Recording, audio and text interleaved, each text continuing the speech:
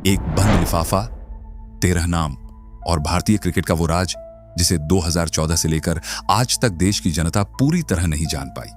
सोचिए, एक ऐसी लीग जिसे लोग सिर्फ खेल नहीं, एक त्योहार मानते थे। एक ऐसी टीम जिसे करोड़ों फैंस अपनी धड़कन समझते थे।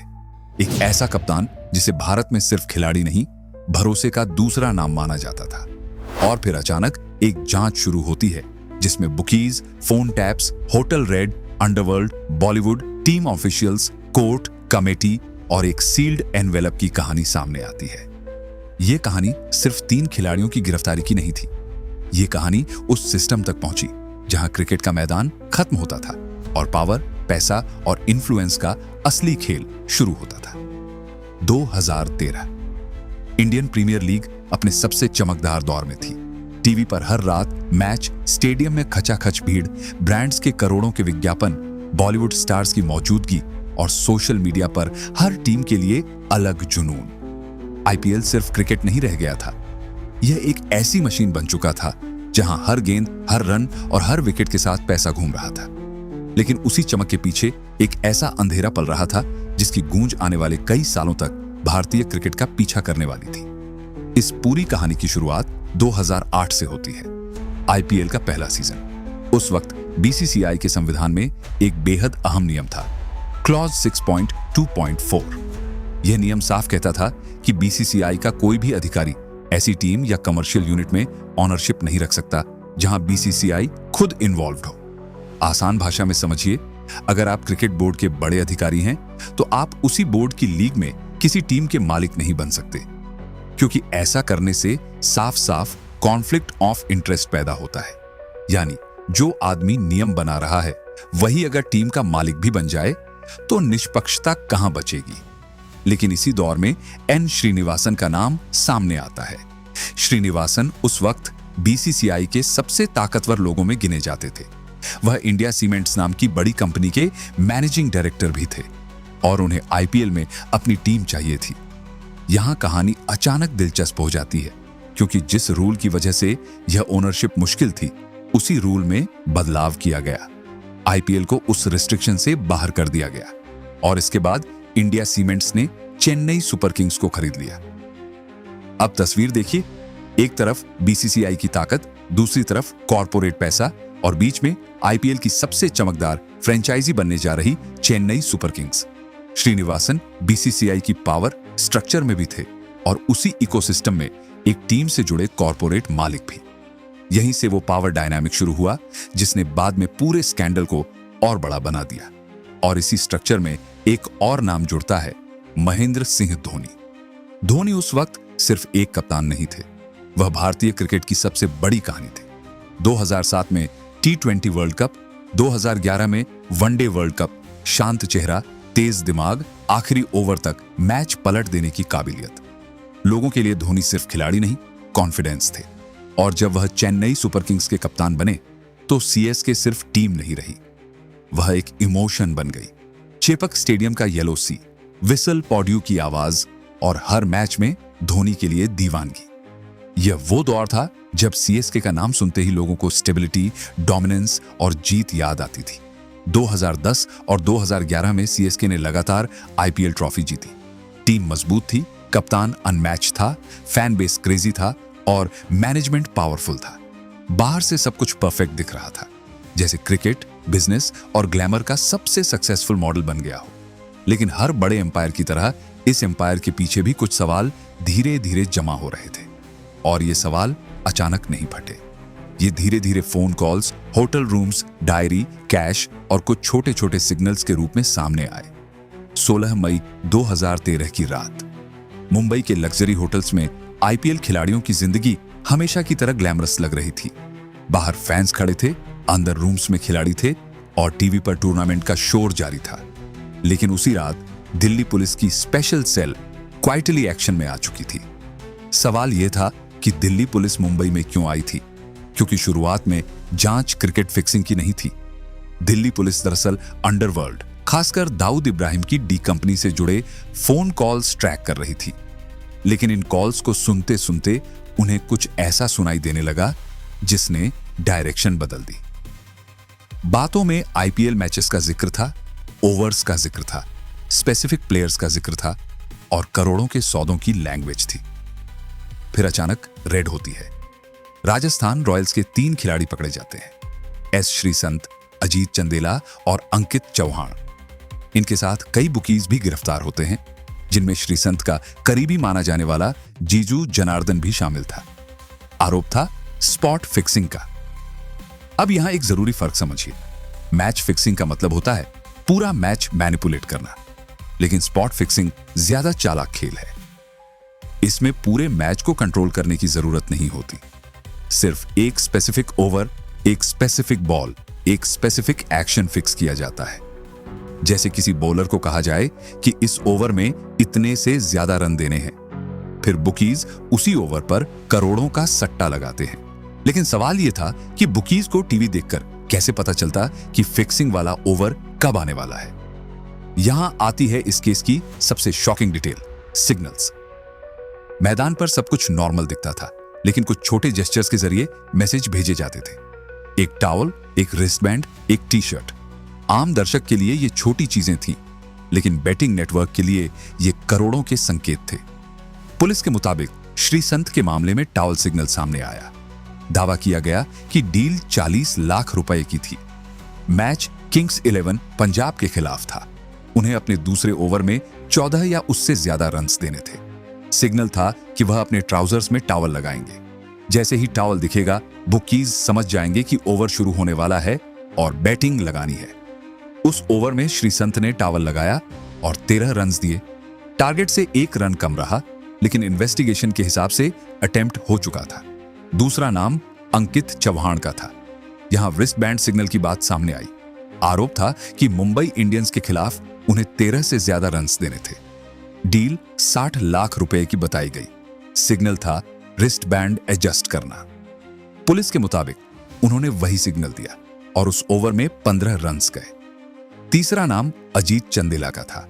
आरोप था कि उन्होंने एडवांस मनी लिया था और सिग्नल के तौर पर ओवर डालने से पहले अपनी टी शर्ट बाहर निकालनी थी और आसमान की तरफ देखना था।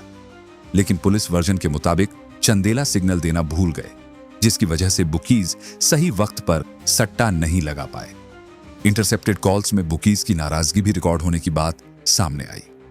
अब यह सिर्फ एक स्पोर्ट्स स्कैंडल नहीं रहा था, यह एक ऑर्गेनाइज्ड नेटवर्क जैसा लगने लगा था।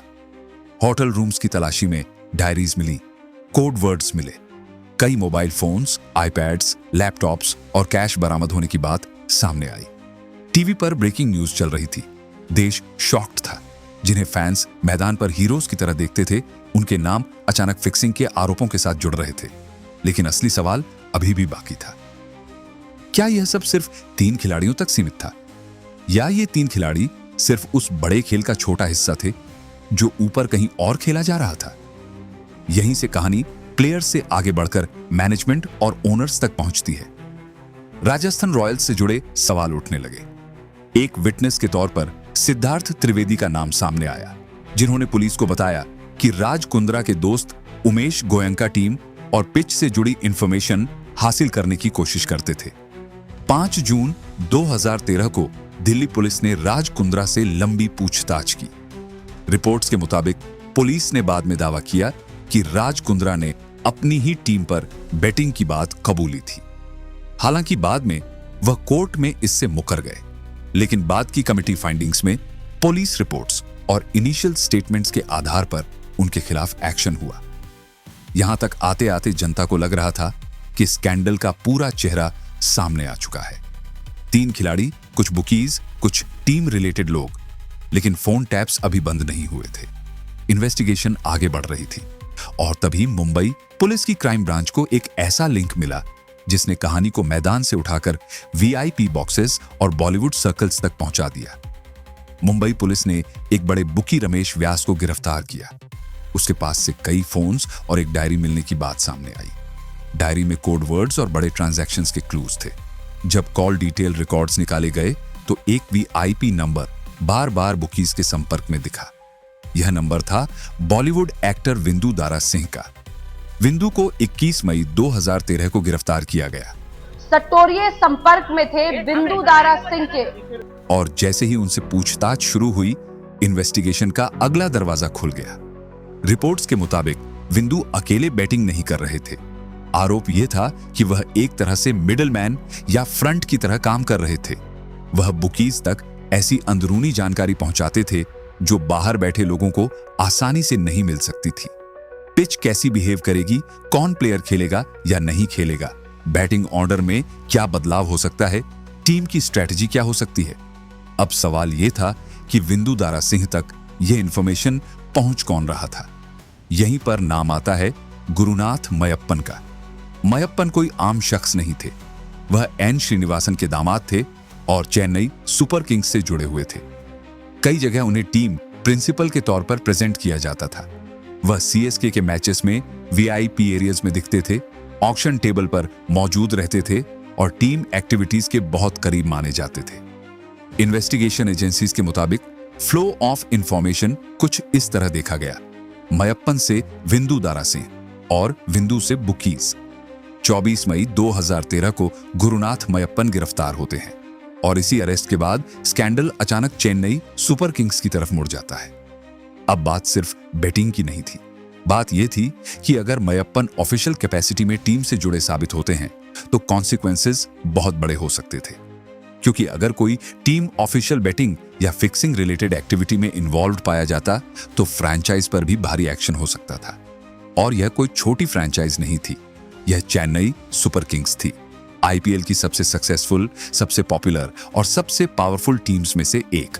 अब यहां एक बड़ा सवाल उठता है, अगर मयप्पन टीम के अंदरूनी सर्कल में थे, अगर वह प्लेइंग 11, पिच रिपोर्ट या टीम स्ट्रैटेजी जैसी इंफॉर्मेशन तक पहुंच रखते थे, तो क्या यह पॉसिबल था कि यह सब किसी कैप्टन या ड्रेसिंग रूम इकोसिस्टम की जानकारी के बिना हो रहा हो? यह सवाल मीडिया में भी उठा, जांच में भी उठा और पब्लिक डिबेट में भी। लेकिन सवाल उठना और आरोप साबित होना दो अलग बातें हैं। यही इस कहानी का सबसे सेंसिटिव हिस्सा है। महेंद्र सिंह धोनी का नाम सीधे तौर पर क्रिमिनल कन्विक्शन या प्रूवन फिक्सिंग में नहीं आया, लेकिन कंट्रोवर्सी इसलिए बड़ी हुई क्योंकि वह सीएसके के कैप्टन थे, टीम के सबसे पावरफुल क्रिकेटिंग डिसीजन मेकर थे और साथ ही इंडिया सीमेंट्स में भी एक पोजीशन से जुड़े थे। दूसरी तरफ श्रीनिवासन बीसीसीआई और सीएसके इकोसिस्टम के सबसे ताकतवर लोगों में थे। इसलिए जब मामला सुप्रीम कोर्ट तक पहुंचा तो सवाल सिर्फ किसने सट्टा लगाया तक सीमित नहीं रहा। सवाल बन गया, किसे क्या पता था, कौन क्या छिपा रहा था और किसने किसकी भूमिका को कम करके दिखाया। यह मामला इतना बड़ा था कि सुप्रीम कोर्ट ऑफ इंडिया ने इंटरवेंशन किया। जांच के लिए जस्टिस मुकुल मुदगल कमेटी बनाई गई। इस कमेटी के सामने कई लोगों के बयान हुए। श्रीनिवासन और धोनी को भी पैनल के सामने बुलाया गया। मुख्य सवाल था, गुरुनाथ मयप्पन की सीएसके में असली भूमिका क्या थी? क्या वह सिर्फ क्रिकेट एंथुजियास्ट थे जैसा कहा गया, या वह टीम ऑफिशियल की तरह काम करते थे? रिपोर्ट्स और लीगल डॉक्यूमेंट्स के मुताबिक धोनी और श्रीनिवासन की तरफ से मयप्पन को ऑफिशियल या ओनर बताने से इनकार किया गया और उन्हें एक क्रिकेट एंथुजियास्ट की तरह प्रेजेंट किया गया, यानी ऐसा व्यक्ति जो क्रिकेट में इंटरेस्ट रखता है और टीम के साथ घूमता फिरता है, लेकिन ऑफिशियली डिसीजन मेकिंग रोल में नहीं है। लेकिन यहीं से कंट्रोवर्सी और डीप हो गई, क्योंकि मडगल कमेटी के सामने ऐसे फैक्ट्स आए जिनसे यह आर्गुमेंट कमजोर पड़ता दिखा। मयप्पन के पास टीम रिलेटेड क्रेडेंशियल्स होने की बात सामने आई। वह आईपीएल ऑक्शन में चेन्नई सुपर किंग्स की टेबल पर बैठे दिखे थे और ऑक्शन टेबल कोई टूरिस्ट स्पॉट नहीं होता। वहां हर सीट की वैल्यू होती है। वहां बैठे लोग करोड़ों के प्लेयर्स पर डिसीजन लेते हैं। अगर कोई सिर्फ एंथुसियास्ट है तो वह ऑक्शन स्ट्रैटेजी के बीच में क्यों होगा? यही सवाल इन्वेस्टिगेशन के सेंटर में आ गया और इसी सवाल ने सीएसके की इमेज को बहुत बड़ा झटका दिया। सुप्रीम कोर्ट प्रोसीडिंग्स में conflict of interest, team ownership, BCCI governance और अकाउंटेबिलिटी जैसे मुद्दे बड़े लेवल पर उठे। श्रीनिवासन की पोजीशन पर भी सवाल खड़े हुए। आखिरकार कोर्ट ने उन्हें बीसीसीआई प्रेसिडेंट की कुर्सी से अलग होने को कहा। यह सिर्फ एक व्यक्ति पर एक्शन नहीं था, यह सिग्नल था कि क्रिकेट एडमिनिस्ट्रेशन में पावर और ओनरशिप के ओवरलैपिंग रोल्स को अब इग्नोर नहीं किया जा सकता। लेकिन इस पूरे स्कैंडल में सबसे रहस्यमयी हिस्सा था एक सील्ड एनवेलोप। मुडगल कमेटी ने सुप्रीम कोर्ट को एक बंद लिफाफा दिया जिसमें 13 इंडिविजुअल्स के नाम होने की बात सामने आई। रिपोर्ट्स में कहा गया कि इन नामों में प्लेयर्स और ऑफिशियल्स दोनों शामिल थे। लेकिन यह नाम पब्लिक नहीं किए गए। कोर्ट का रीजनिंग यह था कि अगर बिना फाइनल प्रूफ या फुल लीगल प्रोसेस के नाम बाहर आ गए तो उन लोगों के करियर्स और रेप्यूटेशंस को इर्रिपेरेबल डैमेज हो सकता है। कानून की नजर में यह एक सावधानी थी, लेकिन जनता की नजर में यह एक रहस्य बन गया, क्योंकि लोगों के मन में सवाल था, अगर नाम इतने बड़े नहीं थे तो उन्हें छुपाया क्यों गया? अगर जांच आगे बढ़ती तो क्या और बड़े चेहरे सामने आते? क्या वह एनवलप सिर्फ लीगल सेंसिटिविटी था या इंडियन क्रिकेट को बचाने की कोशिश? इसका जवाब आज तक साफ नहीं है, और शायद यही वजह है कि 2014 से लेकर आज तक 13 नाम भारतीय क्रिकेट की सबसे बड़ी अनसॉल्व्ड मिस्ट्री की तरह चर्चा में बने हुए हैं। इसी बीच एक और एक्सप्लोसिव एंगल सामने आया। तमिलनाडु के आईपीएस ऑफिसर जी संपत कुमार, जो शुरुआती जांच से जुड़े थे, उनके आरोपों ने इस मामले को और सेंसेशनल बना दिया। मीडिया रिपोर्ट्स में दावा हुआ कि एक बुकी से इंटरोगेशन के दौरान कुछ ऐसी बातें सामने आईं जिनमें धोनी और मयप्पन के नामों का जिक्र था। जैसे ही यह खबर कुछ न्यूज चैनल्स पर चली, देश में हंगामा मच गया। लेकिन यह ध्यान रखना जरूरी है कि यह एलिगेशंस थे, प्रूवन कोर्ट फाइंडिंग्स नहीं। धोनी की लीगल टीम ने इस पर तुरंत एक्शन लिया। उन्होंने मद्रास हाई कोर्ट में जी मीडिया और जी संपत कुमार के खिलाफ 100 करोड़ रुपए का डेफेमेशन सूट फाइल किया। इसके साथ कोर्ट से गैग ऑर्डर भी लिया गया। गैग ऑर्डर यानी ऐसा लीगल ऑर्डर जिसके बाद मीडिया बिना लीगल आधार के धोनी का नाम फिक्सिंग एलिगेशन से जोड़कर नहीं चला सकता था। इस एक लीगल मूव ने पूरी पब्लिक डिबेट को अचानक शांत कर दिया। जहां पहले हर चैनल पर हीटेड डिबेट चल रही थी, वहां अब कई आवाजें रुक गईं, और यहीं से इस कहानी में एक और लेयर जुड़ गई। क्या यह साइलेंस जस्टिस था या एक ऐसे मामले की धूल जिसे कभी पूरी तरह साफ नहीं किया गया? धोनी की इमेज उस वक्त अपने पीक पर थी। वह भारत को वर्ल्ड कप्स जिता चुके थे, वह काल्म कैप्टन थे, वह मैदान पर डिसीजन से मैच पलटते थे, और शायद यही वजह थी कि उनके नाम के आसपास कोई भी एलिगेशन पब्लिक इमेजिनेशन में अर्थक्वेक जैसा असर करता था। लेकिन यही बात लीगली भी बहुत जरूरी थी। किसी भी पब्लिक फिगर पर एलिगेशन लगाना आसान है, लेकिन उसे प्रूव करना अलग बात है।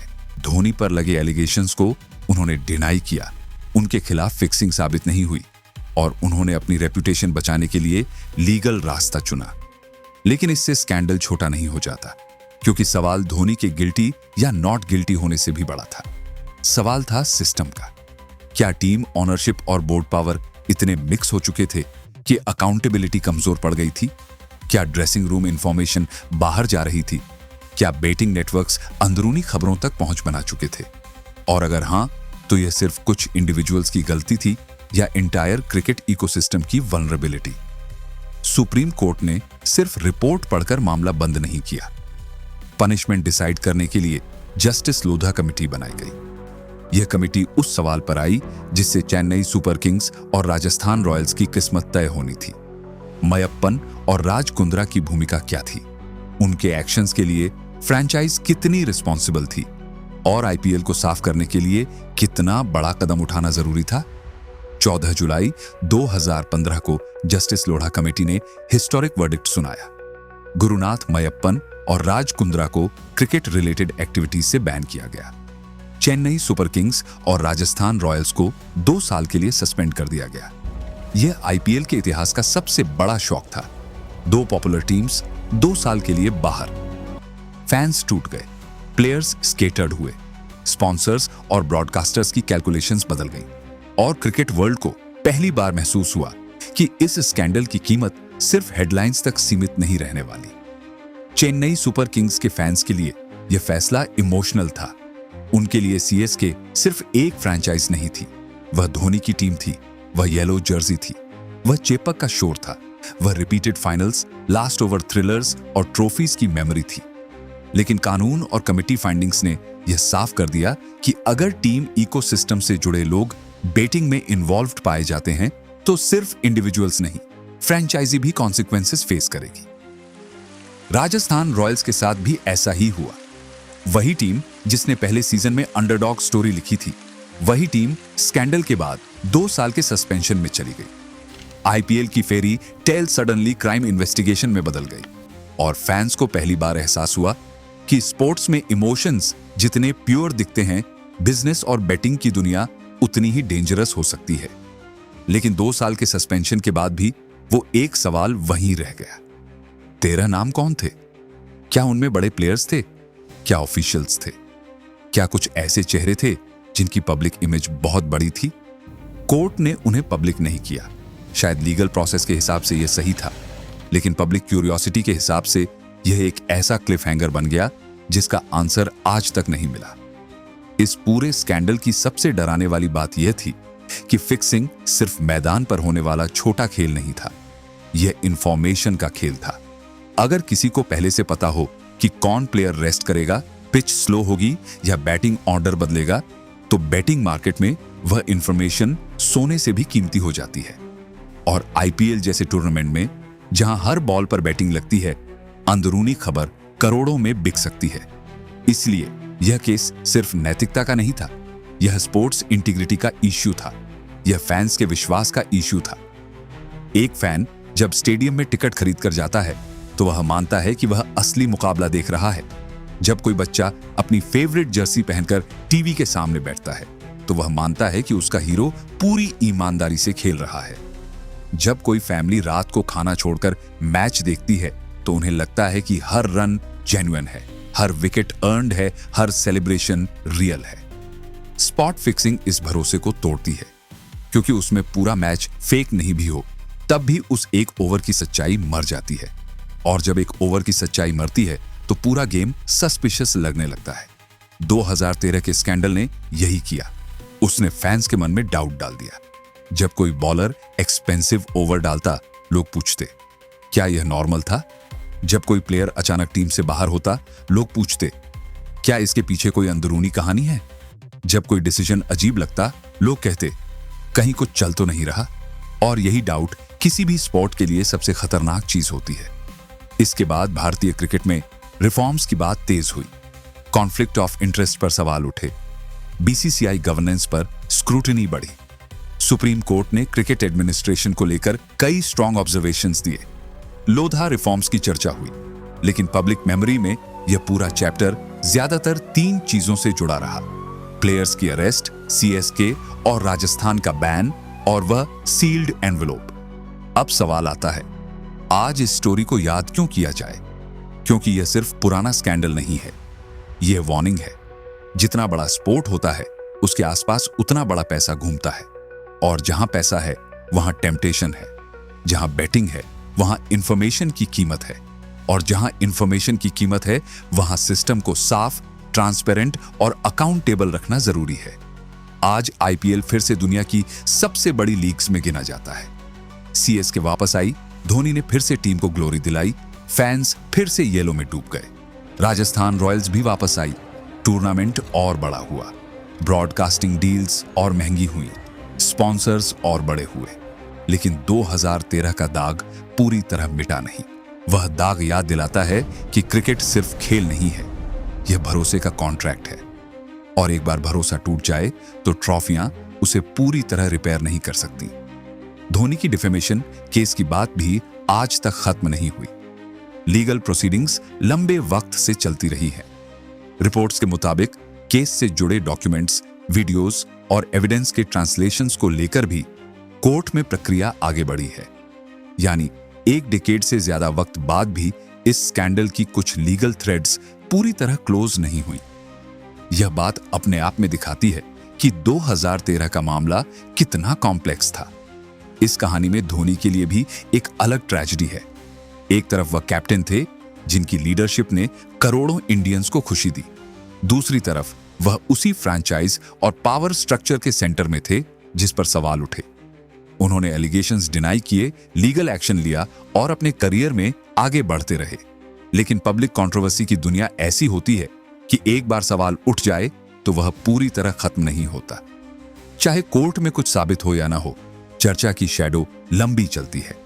श्रीनिवासन के लिए यह पावर और कॉन्फ्लिक्ट का चैप्टर था, मयप्पन के लिए यह डाउनफॉल था, राज कुंद्रा के लिए यह लाइफ टाइम क्रिकेट बैन का चैप्टर बना, प्लेयर्स के लिए यह करियर एंडिंग स्कैंडल साबित हुआ, फैंस के लिए यह हार्ट ब्रेक था, और इंडियन क्रिकेट के लिए यह एक कठोर मिरर था जिसमें उसने अपनी सबसे चमकदार लीग के पीछे छिपे कमजोर हिस्से देखे। लेकिन सबसे सिनेमैटिक और सबसे डिस्टर्बिंग इमेज आज भी वही है। सुप्रीम कोर्ट में जमा एक बंद लिफाफा। उस लिफाफे में 13 नाम बताए गए। उन नामों पर स्पेकुलेशन आज भी जिंदा है। कोई कहता है अगर वो नाम बाहर आ गए तो कई बड़े चेहरे बेनकाब हो जाएंगे। कोई कहता है बिना प्रूफ किसी का नाम बाहर करना गलत होगा। कोई मानता है कि क्रिकेट को बचाने के लिए साइलेंस जरूरी था। और कोई पूछता है अगर खेल सच में साफ है तो सच सामने आने से डर कैसा? शायद सच इन सब के बीच कहीं है। कोर्ट ने लीगल काउशन चुना, पब्लिक ने मिस्ट्री बना ली, मीडिया ने अपने अपने एंगल्स चलाए, फैंस ने अपने हीरोज को बचाया या सवाल उठाए। लेकिन इस पूरी कहानी ने एक बात साफ कर दी, क्रिकेट सिर्फ मैदान पर नहीं खेला जाता। कुछ मैचेस स्टेडियम में होते हैं, कुछ बोर्ड रूम्स में, कुछ फोन कॉल्स पर और कुछ ऐसे बंद लिफाफों में जिन्हें खोलने की हिम्मत किसी सिस्टम में नहीं होती। अब जब भी आईपीएल की लाइट्स जलती हैं, जब भी ऑक्शन में करोड़ों की बिड्स लगती हैं, जब भी कोई टीम अनएक्सपेक्टेड डिसीजन लेती है, तो 2013 की परछाई कहीं ना कहीं मौजूद रहती है। ये परछाई हर फैन को याद दिलाती है कि खेल की खूबसूरती सिर्फ बाउंड्रीज और विकेट्स में नहीं, उसकी ऑनेस्टी में है। अगर ऑनेस्टी चली गई तो स्टेडियम कितना भी भरा हो, गेम अंदर से खाली हो जाता है। और यही इस कहानी का असली सवाल है। क्या 2013 में सिर्फ कुछ लोग पकड़े गए थे या एक बड़े सिस्टम की सिर्फ झलक दिखाई दी थी? क्या वह सील्ड एनवलप कभी खुलेगा? क्या उन 13 नामों का सच कभी पब्लिक होगा? या इंडियन क्रिकेट के ग्रेटर गुड के नाम पर यह राज हमेशा फाइल्स में बंद रहेगा? जवाब आज भी किसी के पास साफ नहीं है। लेकिन एक बात तय है, 2013 का आईपीएल स्कैंडल सिर्फ इतिहास का एक चैप्टर नहीं है, यह इंडियन क्रिकेट की सबसे बड़ी चेतावनी है। एक रिमाइंडर कि हीरोज पर भरोसा करना अच्छी बात है, लेकिन सिस्टम से सवाल पूछना उससे भी जरूरी है। क्योंकि खेल तब तक खेल है जब तक उसमें विश्वास जिंदा है, और जिस दिन विश्वास मर गया उस दिन ट्रॉफी, स्टेडियम, एंथम और सेलिब्रेशन सब सिर्फ डेकोरेशन बनकर रह जाएंगे। आज भी करोड़ों लोग धोनी को प्यार करते हैं। आज भी सीएसके की येलो जर्सी स्टेडियम भर देती है। आज भी आईपीएल भारत का सबसे बड़ा क्रिकेट फेस्टिवल है। लेकिन उस फेस्टिवल के पीछे एक बंद लिफाफा पड़ा है जिसमें 13 नामों की कहानी दबी हुई है। और शायद यही वजह है कि यह स्कैंडल खत्म होकर भी खत्म नहीं हुआ, क्योंकि कुछ कहानियां कोर्ट के फैसलों से बंद नहीं होती। कुछ कहानियां तब तक जिंदा रहती हैं जब तक उनके सबसे बड़े सवाल का जवाब नहीं मिल जाता। तो अब सवाल आपके सामने है, क्या वो 13 नाम कभी सामने आने चाहिए? क्या पब्लिक को सच जानने का हक है, या बिना फाइनल प्रूफ किसी का नाम उजागर करना गलत होगा? कमेंट करके जरूर बताइए, क्योंकि यह सिर्फ क्रिकेट की कहानी नहीं, हमारे भरोसे की कहानी है। अगर आपको रिवीलिंग आइज की यह इन्वेस्टिगेशन स्टाइल कहानी पसंद आई हो तो वीडियो को लाइक कीजिए, चैनल को सब्सक्राइब कीजिए और ऐसी ही सच्ची, गहरी और अनसुनी कहानियों के लिए जुड़े रहिए रिवीलिंग आइज के साथ।